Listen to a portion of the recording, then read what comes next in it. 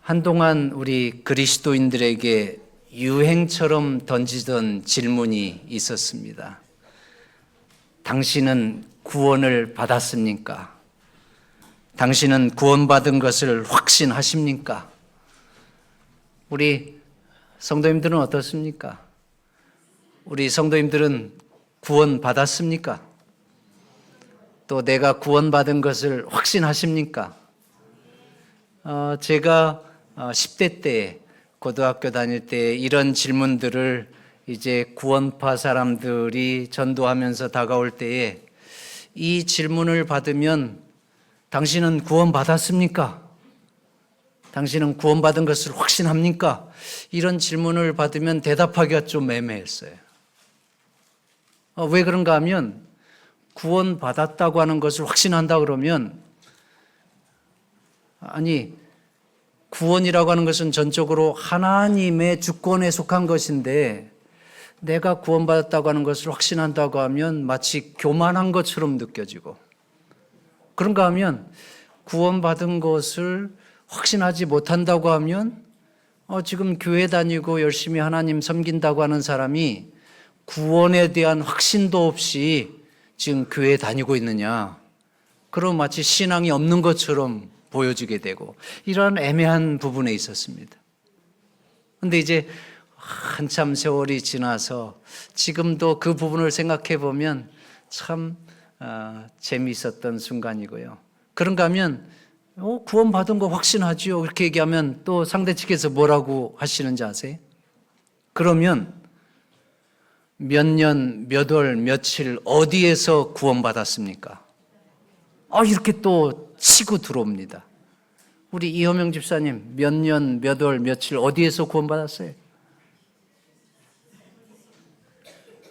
그 얘기를 받으면 구원받은 것은 확신하겠는데 어디에서 어떻게 몇 년, 몇 월, 며칠이 받은지는, 그러면 이제 대답이 들어오면 잘 모르겠는데요. 그러면 뭐라 그래요? 아니, 사람이 태어나면 분명하게 어디에서 몇 년, 몇 월, 며칠 태어난 날이 있는 것처럼 하나님 안에서 구원받은 것이 분명하면 몇 년, 몇 월, 며칠 어디에서 구원받은 것을 확신해야 되는데 그것도 모르면서 교회 다니냐고 또 이렇게 치고 들어와요. 그래서 우리한테 와서 배우라고.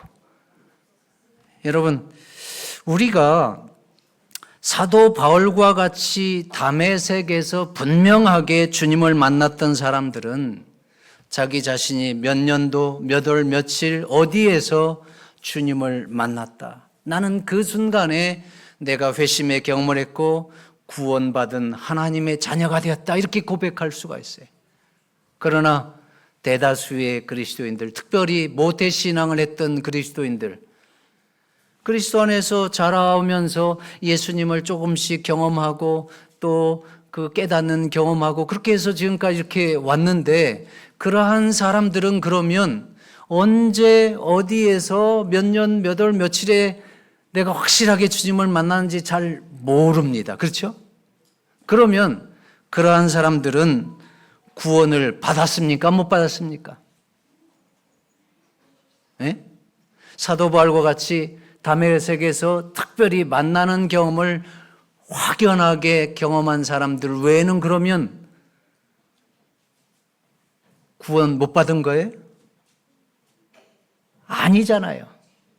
우리 모두가 구원에 대해서 예수 그리스도 안에서 살아가면서 각양각색으로, 우리 결혼할 때에도 보니까 구경숙 수사님 같이 그렇게 만나서 그냥 부모님 뜻에 의해서 이렇게 했는데 보니까 멋있는 사람으로 이렇게 본인이 이렇게 콩깍지가 쏘여서 이렇게 하는 것 같고, 또 지금 이 시대에 우리들 시대인데도 저는 그래도 제가 선택해서 쫓아다니고 해서 결혼했는데 다른 분 보니까 자기는 한 번 만나가지고 그냥 외국에서 유학하고 있었으니까 어떻게든 결혼해야 되니까 결혼합시다 했는데 3일 만에 결혼해갖고 들어오더라고.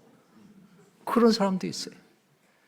우리가 예수 그리스도를 만나는 경우들, 방법들 다양하고, 또 우리가 구원의 확신을 얻는 방법들 다양합니다. 그러나 어떻게 했든 우리가 예수 그리스도 안에서 구원에 대해서 확신을 가지는 것은 중요합니까? 안 중요합니까? 이것은 매우 중요한 부분입니다. 그래서 그리스도 안에서 5가지 그리스도인들이 기본적으로 확신해야 될 그 확신 가운데서 구원에 대한 확신은 첫 번째 확신에 대한 것입니다. 그러니까 우리가 예수님을 믿으면서 구원에 대한 확신을 갖는 것은 매우 중요한 것이다. 아주 기본적이고 근원적인 것이다 하는 것을 가르쳐 주시고 있어요. 그런 의미에서 오늘 저는 구원의 확신을 가지라 이러한 말씀으로 함께 말씀을 나누려고 합니다. 그러면 여러분 이 구원에 대해서 좀 한번 생각해 보겠습니다. 여러분 구원이라고 하는 것은 뭡니까? 구원이라고 하는 건 뭐예요? 우리 다현이 우리 할아버지 할머니까지 와서 지금 어깨에 힘이 많이 들어갔는데 어떻게 구원이 뭐예요? 예? 요걸 보면 돼요. 우리가 국어 사전에 보니까 구원이라고 하는 것은 첫 번째는 어려움이나 위험에 빠진 사람들을 돕거나 구하여 주는 것을 구원이라고 한다. 그 다음에 두 번째는 인류를 고통과 죄악과 죽음에서 구하는 것이다. 그래서 이 구원에 대한 사전적인 정의를 보니까 2가지 개념이 있습니다. 그래서 1번 문제는 구원에 대해서 어디의 관점이에요? 인간적인 관점에서의 구원입니다. 그래서 어려움이나 위험에 빠진 사람들을 돕거나 구하여 준다 하는 것은 우리 인간적인 관점에서의 구원의 정의예요. 그래서 지금 여러분 위험에 빠진 사람을 도와주는 것, 이를 되면 지금 어떤 집에 불이 나가지고 막 화마에 휩쌌는데 그 안에 거동을 못하는 지금 어르신이 있습니다. 그때 소방대원이 그 안을 뛰어들어가고 그 사람을 구해내면 그것을 뭐라 그래요? 구원했다 이렇게 얘기합니다. 그 다음에 홍수가 나가지고 사람들이 막 떠내려가는데 그냥 그 사람을 건져내면 구원했다. 이게 이제 인간적인 관점의 구원입니다. 그런데 이 두 번째는 인류를 고통과 죄악과 죽음에서 구원하는 이 일은 하나님의 관점에서의 구원입니다. 하나님의 관점에서의 구원은 한마디로 말하면 어디에서 구원하는 거예요? 죄에서 구원하는 거예요. 지금 인류가 죄 때문에 지금 이러한 모습으로 살고 있다고 하는 것을 하나님의 말씀 성경은 자세하게 설명해 주고 있습니다. 그래서 죄 때문에 우리가 지금 망가진 인생을 살고 있고, 그래서 우리의 희망이 어떠하든지 우리는 나의 생각과 전혀 관계없이 질병에도 걸리고 또 사망에도 이르게 되고 또 어떤 사고를 당하게 되기도 하고 또 사기를 당해서 어떤 고통을 당하기도 하고 또 나는 늘 건강을 유지하기 위해서 애를 쓰는데 세월을 거스릴 수가 없는 거예요.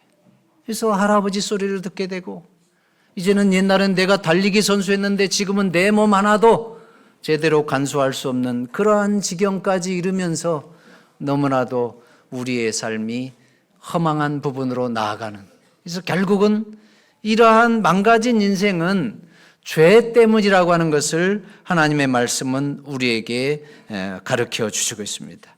그래서 하나님께서 우리를 구원하시고자 하는 그 구원은 죄에서 구원하는 것이고 또 죄로부터 발생한 우리가 망가진 인생, 병드는 인생, 사고 나는 인생, 또 자난을 당하는 인생, 죽을 수밖에 없는 인생, 이러한 죄의 영향에서도 또 죄의 결과에서도 구원하는 것이 이 하나님의 관점에서의 구원입니다. 그래서 오늘 제가 말씀드리고자 하는 것은 인간적인 관점에서의 구원이 아니라 하나님의 관점에서의 구원입니다. 자, 그러면 하나님께서 세우신 구원의 계획은 무엇일까요? 우리가 죄로 인해서 이렇게 망가진 인생을 살고 결국은 한 줌 흙으로 돌아갈 수밖에 없는 허망하고 비천한 인생을 살고 있는데, 하나님께서 그러한 인생인 우리를 구원하시기 위해서 세우신 구원의 계획은 무엇인가? 성경에 보면 하나님께서 세우신 구원의 계획을 자세하게 기록하고 있습니다. 이 성경을 우리가 한마디로 요약하면, 여러분, 성경은 하나님의 무엇이 기록된 책이에요? 하나님의 말씀이 기록된 책 맞아요. 근데 그 말씀을 다르게 표현하면 뭐라고 그럴까요? 그 말씀의 주제가 뭐예요? 예, 여러분, 오늘 이거 마치면 제가 선물 주려고 준비했는데, 우리 단우 뭐예요? 모르겠어요. 단우가 모르면 다 모르는 거예요. 예. 여러분, 하나님의 말씀 성경은 하나님께서 세우신 구원의 계획이 설명되어 있는데, 성경은 그 하나님의 약속이 기록된 책입니다. 그래서 하나님께서는 그 약속을 통해서 우리들에게 하나님의 말씀을 설명해 주시고 있는데, 이 성경에 기록된 약속이 그래서 구약과 신약으로 표현되고 있는 것입니다. 하나님께서는 우리를 구원하기 위한 약속을 성취하기 위해서 구약과 신약을 주셨는데, 이 구약과 신약의 주제의 중심 내용은 뭐예요? 약속의 중심은 뭐예요? 성경은 하나님께서 우리에게 주신 약속을 다루고 있습니다. 그게 구약과 신약이에요. 그러면 그 약속의 중심 주제는 뭐예요? 예, 그것은 바로 구원입니다. 그래서 하나님께서 우리를 구원하시기 위해서 주신 약속을 어떻게 성취할 것인지에 대해서 구체적으로 설명하는 것이 구약과 신약으로 나누어져서 우리에게 말씀을 가르쳐 주시고 있어요. 이게 바로 복음입니다. 우리에게 굿뉴스입니다. 우리를 구원하시기 위한 하나님의 약속이 어떻게 성취될 것인지에 대해서 자세하게 말씀해 주시고 있습니다. 그러면 여러분, 구약은 뭡니까? 구약. 왜 이렇게 한꺼번에 다 나와? 예, 구약은 뭐예요?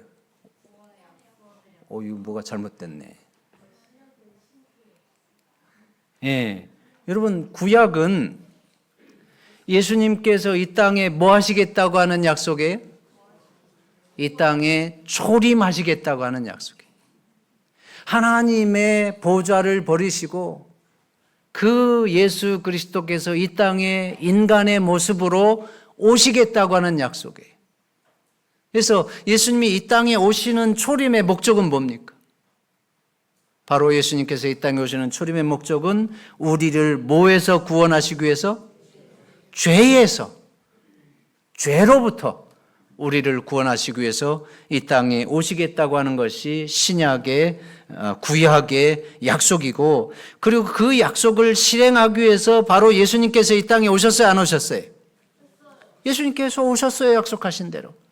그리고 그분이 죄인으로 오시면 죄로부터 죄인들을 구원할 수 있는 자격이 없으시니까 그분이 이 땅에서 우리 육신의 모습을 취하시지만 결국은 남자를 통해서 오시는 것이 아니라 남자와 관계없이 성령으로 잉태하셔서 남자와 관계없이 동정녀 마리아를 통해서 이 땅에 오셨습니다. 그래서 예수님께서 이 땅에 오신 것은 바로 고린도후서 5장 21절에 있는 것처럼 하나님이 죄를 알지도 못하신 자로 우리를 대신하여 죄를 삼으신 것은, 죄를 알지도 못하시는 예수님께서 우리의 죄를 대신 감당하셨다고 표현하고 있어요. 그 다음에 요한일서 3장 5절 다 함께 읽어보겠습니다. 시작. 그가 우리 죄를 없이 하려고 나타내신 바 된 것을 너희가 아나니 그에게는 죄가 있다 없다? 예, 그가 예수님께서 우리 죄를, 나의 죄를 없이 하려고 이 땅에 나타내신 바 된 것을 너희가 아나니 예수님에게는 죄가 없느니라. 그래서 예수님께서 이 땅에 오셔서 공생애를 사시고 복음을 전하시고 병자들을 치료하시고 말씀을 선포하시면서 결국은 우리의 구원의 완성을 위해서 예수님께서 무엇을 하셨어요? 어떠한 희생을 당하셨어요? 결국은 십자가의 희생을 당하셨습니다. 그래서 여러분, 예수님의 십자가는 예수님께서 본인의 죄 때문에 죽으신 것이 아니고 누구의 죄 때문에 죽었다는 거예요? 우리의 죄 때문에. 그래서 예수님의 십자가를 무슨 십자가라고 그래요? 네, 우리 단우가 맞추면 선물 줄 거예요. 예수님의 십자가는 무슨 십자가라고 그래요? 아이, 땡. 예. 예수님의 십자가는 여러분 대속의 십자가입니다. 대속의 십자가. 대신 죄를 짊어지셨다 이 얘기예요. 이를테면 제가 어렸을 때에 보름날 불놀이 하다가 이 바람 부는 날 막 그 깡통을 구멍 뚫어갖고 그 안에다 불 넣고 막 돌리고 이렇게 하잖아요.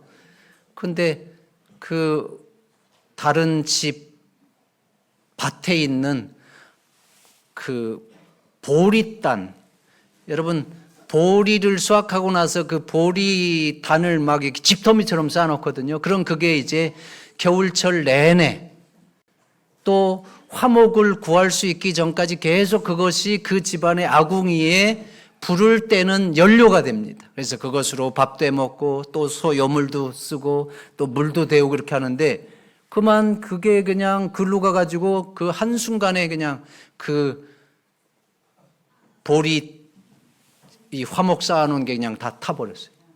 저는 얼마나 놀랬는지 사색이 돼갖고 그냥 숨어버렸는데, 결국 제가 그 보리단 그 화목 몇 달치 쓸 수 있는 것을 제 능력으로 해결할 수가 있어요, 없어요?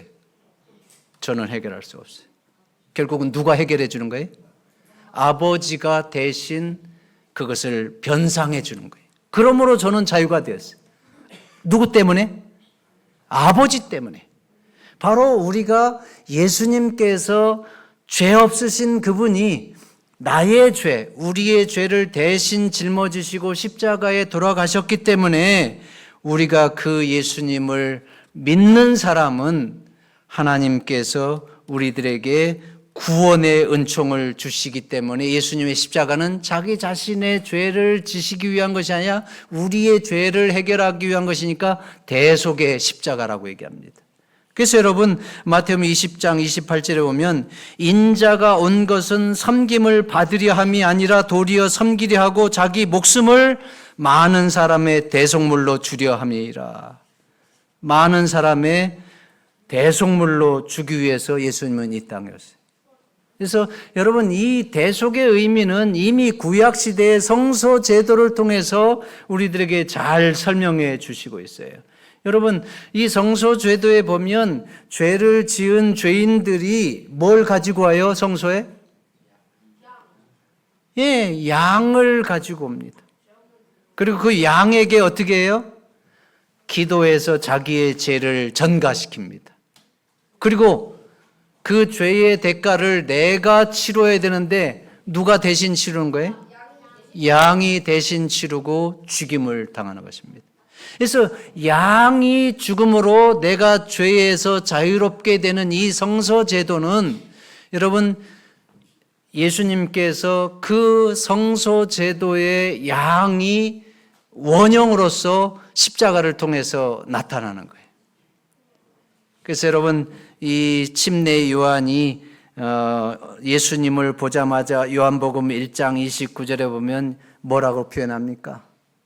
보라, 세상 죄를 지고 가는 하나님의 어린 양이로다. 그래서 성소 제도를 통해서 이스라엘 백성들, 하나님의 백성들의 죄를 대신 짊어지고 대신 죽었던 이 어린 양은 바로 예수 그리스도를 표상하고 있습니다. 예수 그리스도의 십자가를 통해서 우리의 죄를 대속해 주셨기 때문에 그 예수님의 대속을 믿는 사람들에게는 하나님께서 어떠한 축복을 주셨어요? 영원한 생명, 구원을 얻게 하는 축복을 주셨어요. 이것이 하나님께서 우리를 구원하시는 구원의 방법입니다. 그래서 여러분, 우리가 요한복음 3장 16절 너무 잘 아는 말씀이에요. 한번 다 함께 읽어볼까요? 하나님의 시작. 하나님이 세상을 이처럼 사랑하사 독생자를 주셨으니 이는 저를 믿는 자마다 멸망치 않고 영생을 얻게 하려 하심이라. 저를 믿는 자마다 멸망치 않고 영생을 얻겠다고 하셨는데 저는 누구예요? 네, 예수님이에요.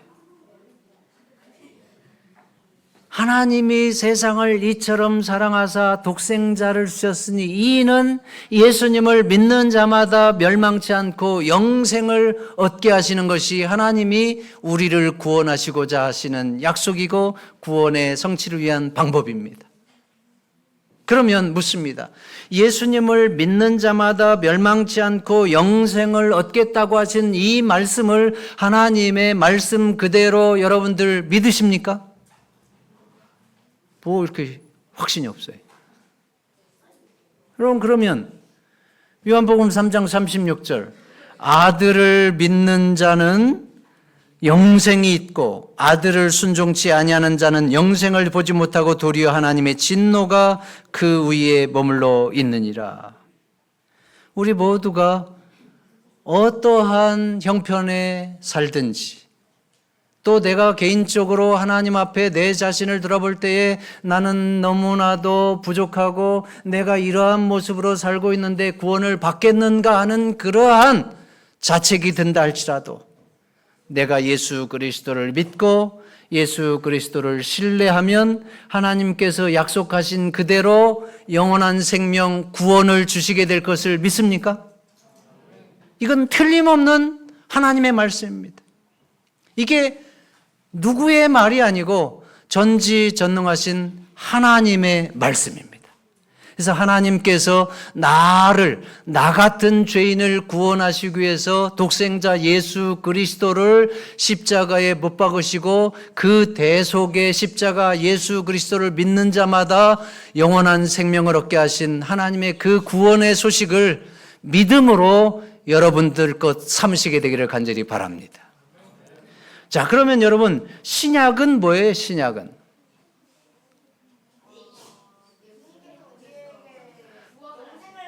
구약은 예수님께서 우리를 구원하시기 위해서 이 땅에 초림하시겠다는 거예요. 네, 이제는 구약은 예수님께서 이 땅에 다시 오시겠다고 하는 약속이에요. 예수님이 다시 오시는 목적은 뭐예요, 그러면? 여러분, 재림의 목적은 뭐예요? 여러분 구원 받았잖아요. 여러분, 우리는 이미 구원받은 하나님의 자녀로 살고 있지만 여전히 어디에서 살고 있어요? 이 죄악의 현실에서 이 죄의 결과가 만연한 망가진 인생의 현실을 살고 있습니다. 그래서 하나님께서는 우리를 예수님을 믿는 사람들이 구원의 소망 가운데 구원의 은총 가운데 살지만 여전히 망가진 이 죄의 영향과 이 죄의 현실에서 살고 있기 때문에 이제는 우리를 죄에서 구원하고 또 이 죄로부터 영향권에서도 현실에서도 그 다음에 죄의 결과인 사망에서도 우리를 구원하시기 위해서 예수님이 이 땅에 다시 오시겠다고 하는 약속이 재림의 약속입니다. 그래서 예수님께서 이 땅에 다시 오시는 이 재림의 약속은 우리 모두에게 인류의 소망이라고 표현하는 거예요. 우리 개인의 가장 큰 소망이면서 인류의 소망이라. 왜냐하면 예수님께서 이 땅에 전천만만의 천사와 함께 재림할 때에는 그때야 진정으로 하나님께서 우리에게 주시기를 원하는 하늘 가나안의 역사, 요한계시록 21장에 표현한 새하늘과 새 땅 신천지의 역사가 회복되는 일이 시작하기 때문에 그렇습니다. 지금 우리는 하나님을 믿고 하나님의 자녀가 되고 구원의 은총 가운데 살지라도 여전히 하나님의 백성들도 사기당하는 일이 있어요, 없어요? 또 교통사고 당하는 일 있어요, 없어요? 또 아프게 되는 일이 없어요? 있어요? 또 늙는 일이 있어요? 없어요? 아무리 예수님 잘 믿어도 때가 되면 아프게 되고 때가 되면 또 절망적인 고통을 당하는 일들이 일어나고 또 늙고 병들고 결국 죽게 되는 것입니다. 그러나 하나님께서 우리에게 주시기를 원하는 요한계시록 21장의 그 놀라운 약속의 천국은 뭡니까? 한번 잘 알지만 한번 읽어볼까요? 내가 보매 시작. 또 내가 보매 거룩한 성 새 예루살렘이 하나님께로부터 하늘에서 내려오니 그 예비한 것이 신부가 남편을 위하여 단장한 것 같더라. 하나님의 장막이 사람들과 함께 있음에 하나님이 저희와 함께 거하시리니 저희는 하나님의 백성이 되고 하나님은 친히 저희와 함께 계셔서 모든 눈물을 그 눈에서 씻기심에 다시 사망이 없고 애통하는 것이나 곡하는 것이나 아픈 것이 다시 있지 아니하리니 처음 것들이 다 지나갔음이로라. 아멘. 여러분, 하나님께서 우리에게 주시는 천국, 하나님의 나라는 지금 우리가 살고 있는 망가진 인생이 완전히 회복된 것입니다. 우리가 하나님을 믿는다 할지라도 여전히 고통스러운 스트레스를 받는 일이 일어나고 또 사고를 나고 또 병들게 되고 또 점점 우리의 생명의 기운이 빠져나가면서 늙어가고 이러한 모든 아프고 또 결국은 죽을 수밖에 없는 이 모든 것들이 하나님의 나라에서는 이제 더 이상 애통하는 것이나 곡하는 것이나 눈물 흘리는 것이나 사망이 없는, 그래서 우리의 생명의 기운이 하나님께서 처음 창조하셨던 그 하나님의 온전한 형상이 회복되어서 영생의 몸으로 변화함을 받고 하나님께서 주시는 이 천국의 삶, 하나님과 한 장막에서 살게 되는 그러한 축복의 역사를 살게 되는 것을 바로 하나님께서는 이 성경을 통해서 우리의 구원의 종국적인 부분으로 주시려고 하고 있어요.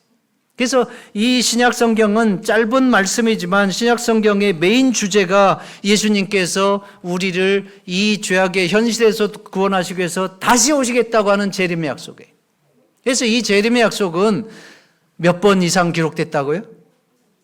300번 이상이나 기록됐어요. 그러니까 예수님께서 우리를 구원하시기 위해서 다시 오신다고 하는 사실은 너무나도 중요하고 중요하니까 강조해서 말씀하시는 것입니다. 그러면 여러분, 예수님께서 전천만만의 천사와 함께 우리를 구원하시기 위해서 이 죄악 세상에 곧 다시 오신다고 하는 약속의 말씀이 말씀 그대로 이루어질 것에 대해서 믿으시게 되기를 바랍니다. 이건 틀림없는 것입니다. 여러분, 우리가 마태복음 5장 18절에 진실로 너에게 이르노니 천지가 없어지기 전에는 율법의 1.1획이라도 반드시 없어지지 아니하고 다 이루리라. 우리는 약속하고서도 우리의 능력이 유한하고 한계가 있기 때문에, 부족하기 때문에 미안하다, 내가 그때는 진짜 해주려고 하는데 지금은 어쩔 수가 없네, 그러면 끝이에요. 그런데 여러분, 하나님은 우리에게 미안하다고 얘기할 수 있을까요, 없을까요? 하나님은 절대로 그런 일이 없어요. 전지전능하신 분이기 때문에 한 번이라도 말씀하시면 말씀하신 것이 말씀 그대로 이루어지는데 300번 이상 강조해서 우리를 이 죄악의 현실에서도 구원하시기 위해서 예수님이 다시 오시겠다고 하신 이 재림의 약속은 말씀하신 그대로 틀림없이 이루어진다고 하는 사실을 확신하시게 되기를 간절히 바랍니다. 여러분, 그러면 우리가 하나님은 구원의 확신을 갖고 살기를 바라세요. 하나님은 우리 모두가 구원의 확신을 갖고 살기를 원하시는데 구원의 확신을 갖는 것은 매우 중요합니다. 왜 그런가 하면 구원의 확신을 갖고 있느냐 없느냐에 따라서 우리 신앙생활이 완전히 달라지기 때문에 그렇습니다. 구원의 확신이 있느냐 없느냐에 따라서 하나님과의 관계도 확실히 달라지고 우리 신앙생활이 완전히 달라져요. 그래서 구원의 확신을 갖고 있는 사람과 갖고 있지 않은 사람은 완전히 다른 것입니다. 그러면 여러분, 구원의 확신이 없는 사람은 그 사람이 하나님과의 관계에서 어떻게 살까요? 구원의 확신이 없는 사람은 신앙생활에 무엇이 없어요? 구원의 확신이 기본이 되어 있지 않기 때문에, 하나님과의 깊은 관계가 정립이 되어 있지 않기 때문에 신앙생활에 기쁨이 없습니다. 또 신앙생활에 감사가 없습니다. 또 믿음 생활에 결국인 마음의 참된 평안과 또 행복이 없습니다. 여러분, 오늘 이 자리에 있는 여러분 가운데 나는 하나님을 믿는 신앙생활의 어떤 기쁨이 뭔지 없고 또 감사도 없고 또 마음에 하나님 섬기는 것 때문에 너무 행복하고 좋아 이런 것이 없어요. 그러면 구원의 확신이 없는 사람입니다. 그리고 이러한 사람은 여러분 교회에서 어쩔 수 없이 뭐 하라고 하지만 그 봉사가 의무가 되기 때문에 의무로 하는 것이지 기쁨이 없어요. 그러니까 힘듭니다.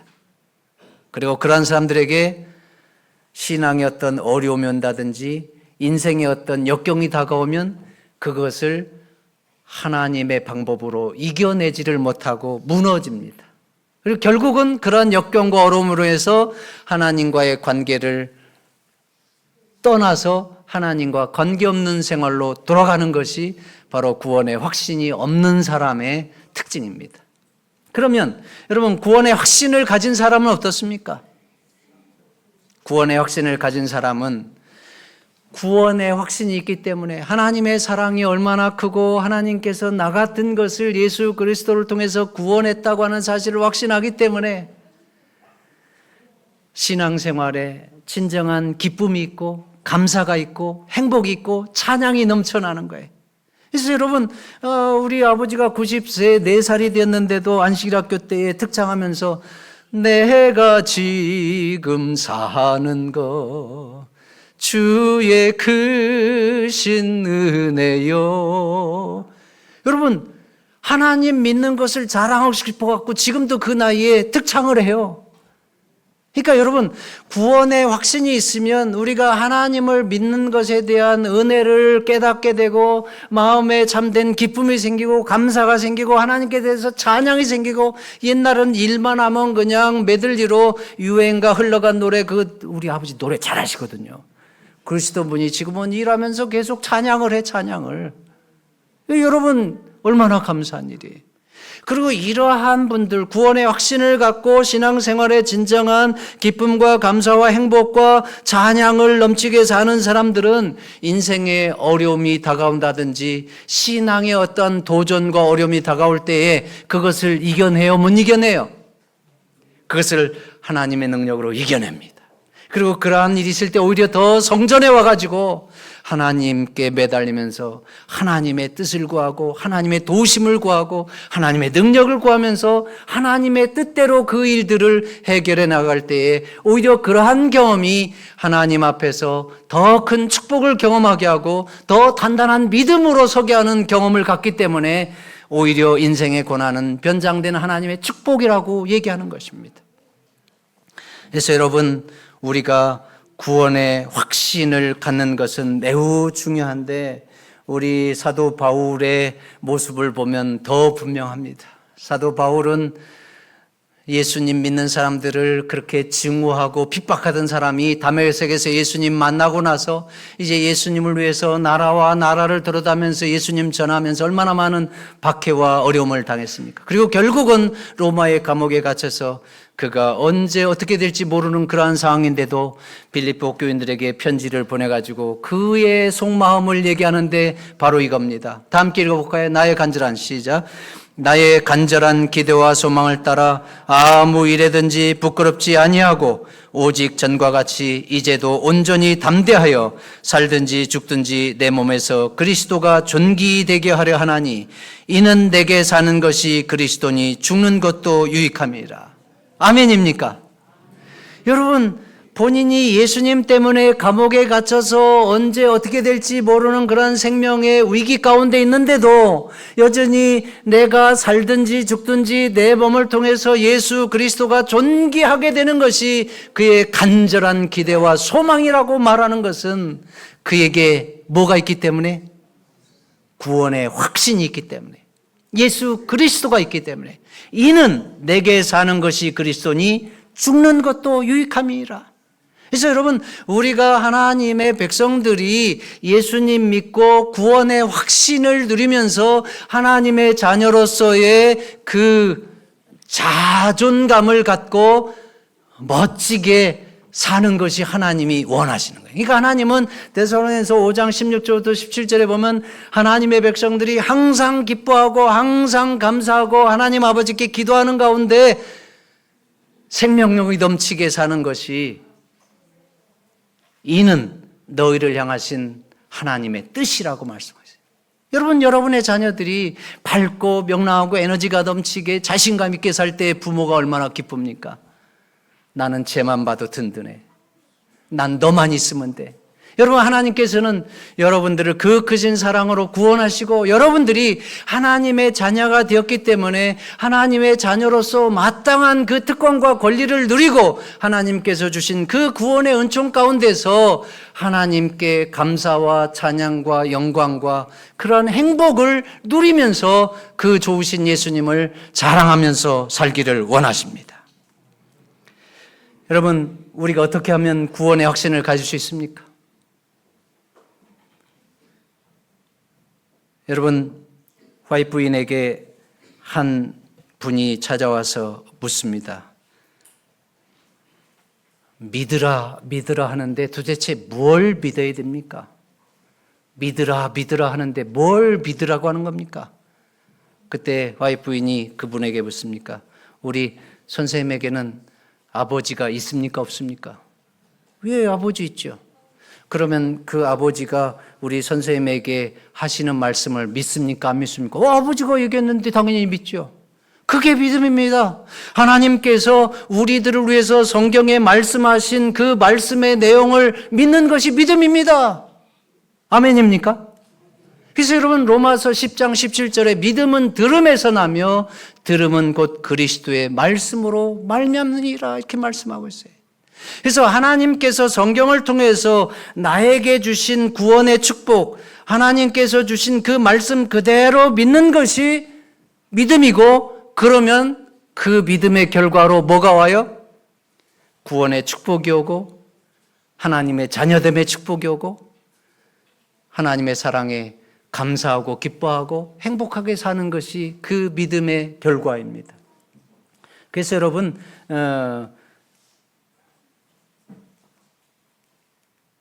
제가 이제 마지막 부분 좀 말씀드리면,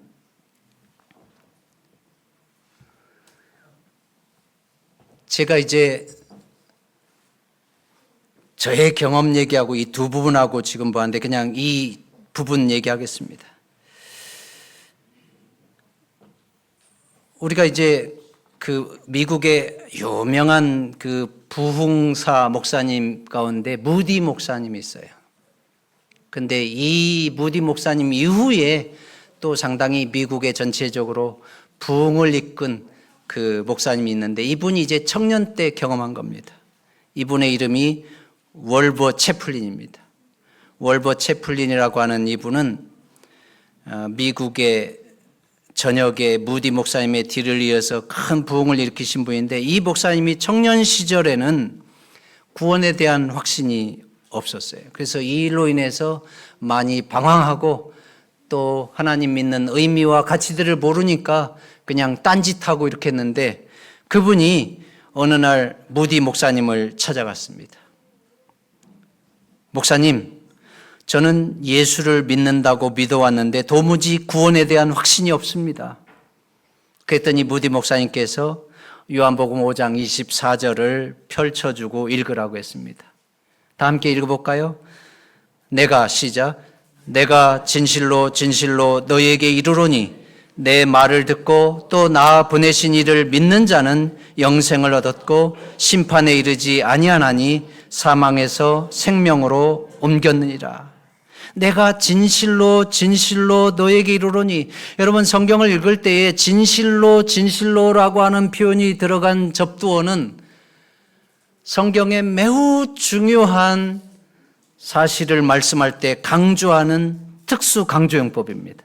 그러니까 오늘 이 진실로 진실로 이 다음의 얘기는 하나님께서 하나님을 믿는 사람들에게 매우 중요한 사실을 강조하는 내용이 들어가 있다는 거예요. 그런데 그 내용이 뭡니까? 내 말을 듣고 또 나 보내신 이를 믿는 자는 영생을 얻었고, 얻을 것이가 아니라 얻었고 심판에 이르지 아니하나니 사망에서 생명으로 옮겼느니라. 아멘입니까? 이제 무디 목사님이 묻습니다. 이제는 자네가 구원받은 자임을 알겠는가? 이 말씀을 읽게 하고 이제는 자네가 구원받은 자임을 알겠는가? 이렇게 했더니 그 젊은 청년 웰버 채플린이 아직 잘 모르겠습니다. 아직 잘 모르겠습니다. 그랬더니 이 목사님이 그러면 다시 읽어보시게. 그래서 다시 읽었습니다. 내가 진실로 진실로 너에게 이르노니 내 말을 듣고 또 나 보내신 이를 믿는 자는 영생을 얻었고 심판에 이르지 아니하나니 사망에서 생명으로 옮겼느니라. 이 말씀을 읽고 나자 목사님이 또 그 청년에게 묻습니다. 이제는 자네가 구원받은 자임을 믿겠는가? 아직 잘 모르겠습니다. 목사님이 그러면 또 다시 읽어보시게. 그래서 또 읽었습니다. 세 번째 읽은 다음에 이제 목사님이 또 묻습니다. 이제는 자네가 구원받은 자임을 믿겠는가? 아직 잘 모르겠습니다. 그때 여러분, 무디 목사님이 진노하면서 소리를 쳤다고 합니다. 그게 바로 이 부분입니다.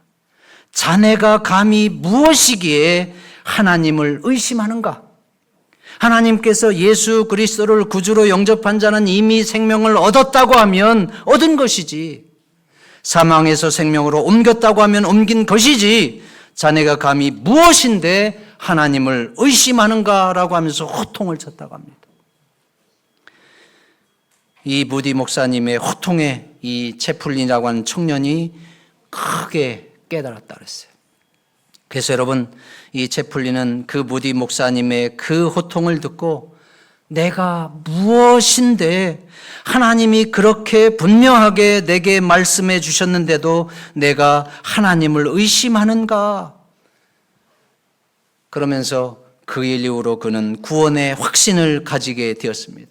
그리고 그의 생활, 그의 신앙생활이 완전히 바뀌어서 이제는 그 방황했던 청년기의 생활을 정리하고 하나님의 말씀을 연구하고 그가 미국 전역을 무디의 뒤를 이어서 크게 부흥시킨 부흥 목사님이 되었습니다.